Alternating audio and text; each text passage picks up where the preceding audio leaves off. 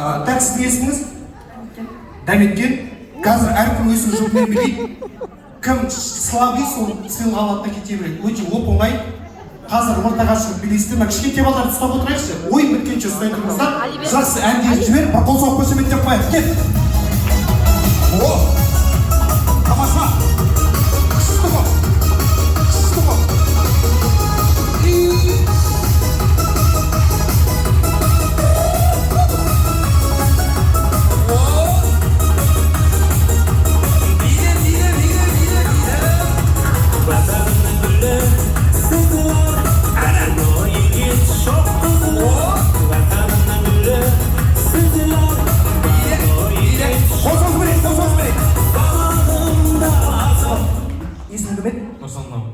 Ренжімесең бірден айтайыншы.